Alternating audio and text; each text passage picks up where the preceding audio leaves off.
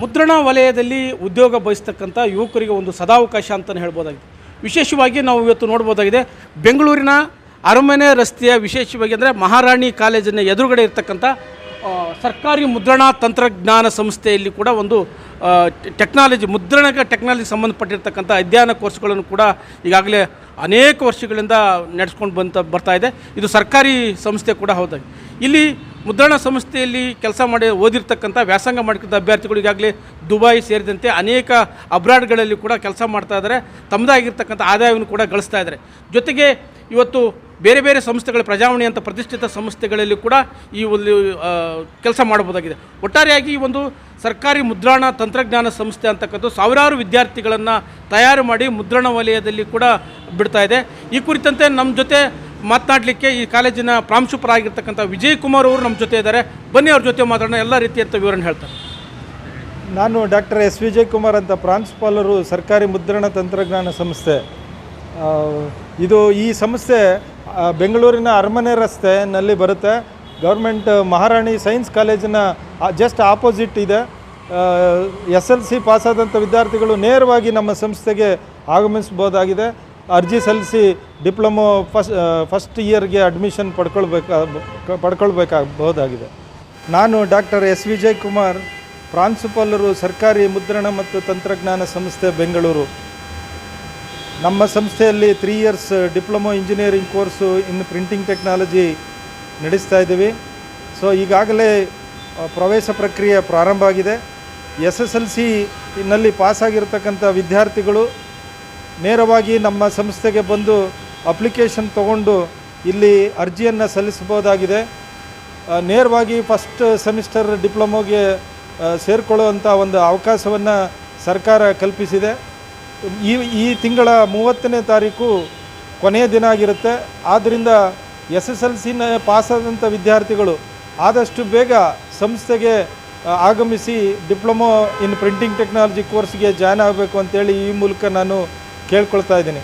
Printing technology ಇದು ರಾಜ್ಯದಲ್ಲೇ ಒಂದೇ ಕಡೆ, ಅಂದರೆ ಬೆಂಗಳೂರಿನ ಅರಮನೆ ರಸ್ತೆಯಲ್ಲಿರ್ತಕ್ಕಂಥ ನಮ್ಮ ಸಂಸ್ಥೆಯಲ್ಲಿ ಮಾತ್ರ printing technology diploma engineering course ಇದೆ. ರಾಜ್ಯದ ಬೇರೆಲ್ಲೂ ಕೂಡ ಸರ್ಕಾರಿ ಪಾಲಿಟೆಕ್ನಿಕ್ನಲ್ಲಿ ಈ ಕೋರ್ಸು ಇಲ್ಲ. ಮತ್ತು ಈ ಕೋರ್ಸು ಮಾಡಿದ ನಂತರ 3 ವರ್ಷಗಳ ಡಿಪ್ಲೊಮೊ ಇಂಜಿನಿಯರಿಂಗ್ ಕೋರ್ಸು, ಈ ಕೋರ್ಸನ್ನು ಮುಗಿಸಿದ ತಕ್ಷಣ ಭಾಳಷ್ಟು ಕಂಪನಿಗಳು ಕ್ಯಾಂಪಸ್ ಇಂಟ್ರ್ಯೂಗೆ ಬರ್ತಾ ಇದ್ದಾರೆ. ಅದರಲ್ಲಿ ಈಗಾಗಲೇ ಪ್ರಜಾವಾಣಿನವರು ಬಂದು ಕ್ಯಾಂಪಸ್ ಇಂಟ್ರ್ಯೂ ಮಾಡಿ ಸುಮಾರು 6 ವಿದ್ಯಾರ್ಥಿಗಳನ್ನು ಕ್ಯಾಂಪಸ್ ಇಂಟ್ರ್ಯೂನಲ್ಲಿ ಸೆಲೆಕ್ಟ್ ಮಾಡ್ಕೊಂಡಿದ್ದಾರೆ. ಅದೇ ರೀತಿಯಲ್ಲಿ ಭಾಳಷ್ಟು ಕಂಪನಿಗಳು BBM packaging, Sai packaging, global packaging, Tulsi packaging ಮುಂತಾದ ಕಂಪನಿಗಳು ಈ ಕ್ಯಾಂಪಸ್ ಇಂಟ್ರ್ಯೂಗೆ ಬರ್ತಾ ಇದ್ದಾವೆ. 100% ಜಾಬ್ ಅಪರ್ಚುನಿಟೀಸ್ ಇದೆ. ನಮ್ಮಲ್ಲಿ ಡಿಪ್ಲೊಮಾ ಮಾಡಿದಂಥ ವಿದ್ಯಾರ್ಥಿಗಳು ಯಾರೂ ಕೂಡ ಅನ್ಎಂಪ್ಲಾಯಾಗಿ ಉಳಿದಿಲ್ಲ. ಎಲ್ಲರೂ ಕೂಡ ಜಾಬ್ ಸೇರಿಕೊಂಡಿದ್ದಾರೆ. ಮತ್ತು ಡಿಪ್ಲೊಮಾ ಪ್ರಿಂಟಿಂಗ್ ಟೆಕ್ನಾಲಜಿ ಮಾಡಿದಂಥ ವಿದ್ಯಾರ್ಥಿಗಳು ಹೈಯರ್ ಎಜುಕೇಷನ್ ಬಯಸಿದ್ದಲ್ಲಿ, ನಾವು BE ಮಾಡಬೇಕು ಅಂತ ಬಯಸಿದ್ದಲ್ಲಿ ಅವರು BE ಪ್ರಿಂಟಿಂಗ್ ಟೆಕ್ನಾಲಜಿಯನ್ನು ಕೂಡ ಮಾಡಲು ಅವಕಾಶ ಇದೆ. ಮತ್ತು ಸರ್ಕಾರದ ನಿಯಮಾನುಸಾರ ಈಗ ಡಿಪ್ಲೊಮೊ ಪ್ರಿಂಟಿಂಗ್ ಟೆಕ್ನಾಲಜಿ ಮಾಡಿದಂಥ ವಿದ್ಯಾರ್ಥಿಗಳು ಲ್ಯಾಟ್ರಲ್ ಎಂಟ್ರಿನಲ್ಲಿ BE ಕೋರ್ಸನ್ನು ಮಾಡ್ಬೋದಾಗಿದೆ. ಅವರು 3ನೇ ಸೆಮಿಸ್ಟರ್ನ BE ಇಂಜಿನಿಯರಿಂಗ್ಗೆ ನೇರವಾಗಿ ಲ್ಯಾಟ್ರಲ್ ಎಂಟ್ರಿನಲ್ಲಿ ಅಡ್ಮಿಷನ್ ತೊಗೊಳ್ಳುವಂಥ ಅವಕಾಶ ಇದೆ.